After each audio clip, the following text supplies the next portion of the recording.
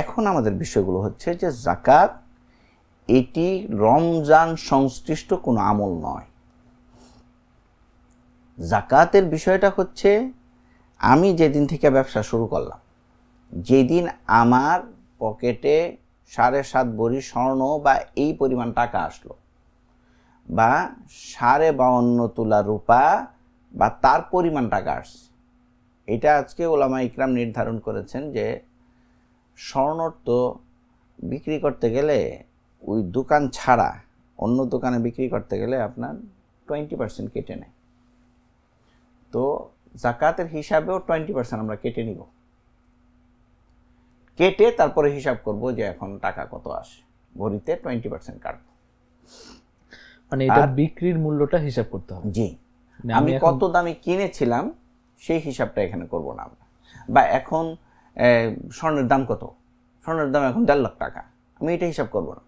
আমি 20% কেটে 30,000 টাকা কেটে বলবো 1,20,000 টাকা এখন প্রতি ভরিতে আমার যাকাত দিতে হবে, বা লাখে আমার 2,500 টাকা করে যাকাত দিতে হবে, প্রতি ভরির দাম হচ্ছে 1,20,000। এভাবে এখন ঠিক রূপার হিসাবটা ওইরকম। রূপা ভালো মানের যে রূপাটা আছে সেইটা আপনার প্রায় আমি 2-3 দিন আগে খোঁজ নিয়েছিলাম, সেটা হচ্ছে 2500 সামথিং। সেই হিসেবে আপনার যাকাত ওয়াজিব হওয়ার জন্য মাসলাটা এরকম হওয়ার দরকার ছিল যে 1,08,000 টাকা যদি হয় কারো কাছে, তাহলে কিন্তু তার উপরে যাকাত ওয়াজিব হবে। কিন্তু বিক্রি করতে গেলে দেখা যায় যে রূপা আরও কমে যায়। এবং পুরাতন রূপার দাম কত, 52.5 তোলা পুরাতন রূপার দাম হচ্ছে 84-85,000 টাকা। তাই 84-85,000 টাকা, অর্থাৎ 80 থেকে 90,000 টাকা যদি কারো 1 বছর থাকে তাহলেই তার যাকাত দিতে হবে। এই পরিমাণ কতটুক, 2.5% এখান থেকে আমি বের করব। এখন 1 লক্ষ টাকায় 2,500 টাকা দেওয়া আমাদের জন্য সহজ, কিন্তু 1 কোটি টাকায় 2.5 লক্ষ টাকা দেওয়া কঠিন হয়ে যায়।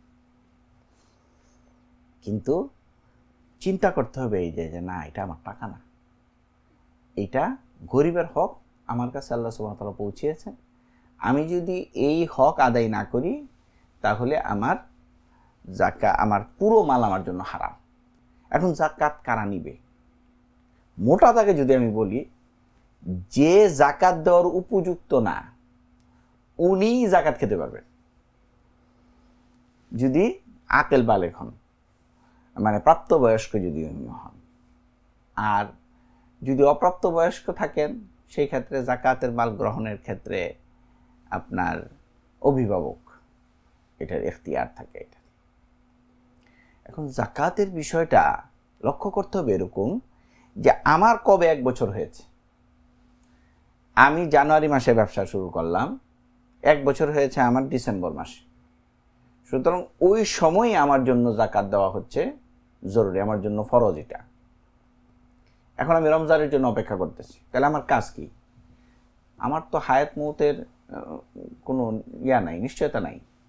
আমি রমজানে যাকাত আদায় করব। আমাদের দেশে এবং এই সাবকন্টিনেন্টে একটা কনসেপ্ট এটা আছে যে রমজানে যেহেতু 1/70 হয়, তাই আমরা যাকাতটাও রমজানে আদায় করব।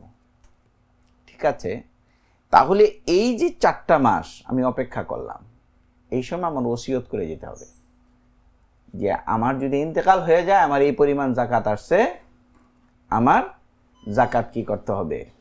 দিতে হবে। আমার ইন্তেকাল হয়ে গেলে ওয়ারিসদেরকে বলে যেতে হবে তোমরা কি দিও, যাকাত দিয়ে দিও। বিষয়টাকে আমরা এইভাবে গুরুত্ব দিতে হবে। আমরা গুরুত্ব দিই না, রমজান টু রমজান দিব, অথচ এই যে 4 মাস তো গ্যাপ পড়ে যাচ্ছে আমার।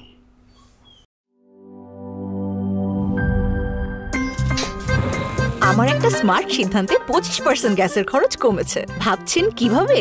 সাধারণ গ্যাস স্টোভ বদলে আমি এনেছি আরএফএল গ্যাস স্টোভ। এর সাইন্টিফিক নজল ও ব্রাস বার্নার ক্যাপ সমানভাবে তাপ ছড়িয়ে রান্না করে দ্রুত, তাই গ্যাসও বাঁচায় 25%, টাকাও বাঁচে 25%। আরএফএল গ্যাস স্টোভ নিরাপদ ও গ্যাস সাশ্রয়ী।